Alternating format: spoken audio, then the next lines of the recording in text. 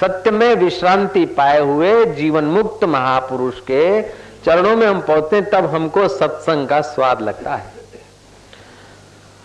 तो आज का प्रश्न था कि सत्संगति, दान, विचार, संतोष।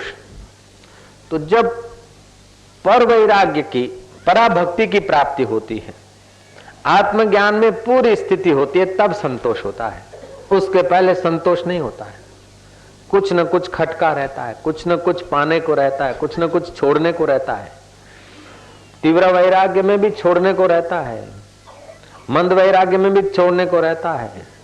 लेकिन परावैराग्य जब प्राप्त होता है तो न छोड़ना है न पकड़ना है। परावैराग्य में क्या कि शरीर, इंद्रियां, मन, बुद्धि और सारा संसार ये छाल और गुटली दिखता है। और रस को पा लिया है, रस को पा लिया तो परम तृप्ति हो गई, परम संतोष हो गए। और फिर छोड़ना भी क्या और पकड़ना भी क्या। पायो कहे सो बावरा, खोया कहे सो कूर, पाया खोया कुछ नहीं, नित एक रस भरपूर। उस एक रस भरपूर में विश्रांति मिल जाती है।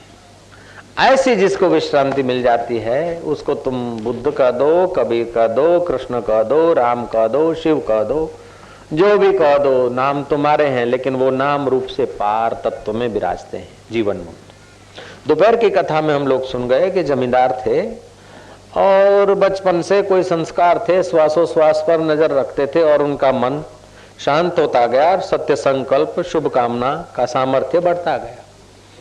और जमींदार बाबा जी होके पूजे जा रहे थे और लोग उनके आगे जैसी जैसी मनोकामना करते थे ऐसी ऐसी कई लोगों की पूर्ण होती थी। क्यों कि पर वैराग्य प्राप्त हो गया, पूर्ण संतोष प्राप्त हो गया।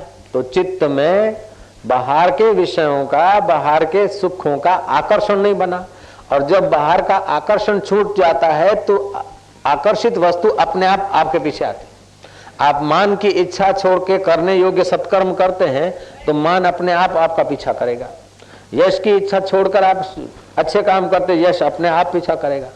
तो भागती फिरती थी दुनिया जब की तलब करते थे हम, अब की ठुकरा दी तो वो बेकरार आने को है।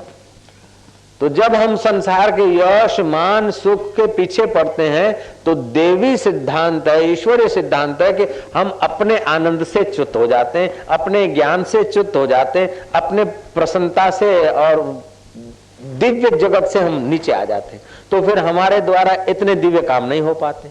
जब हमारे अंदर की वे इच्छाएं चली जाती है और पूर्ण संतोष मिल जाता है तो फिर वो चैतन्य स्वरूप आत्मा में, अमृत स्वरूप में हमारी जागृति होती है।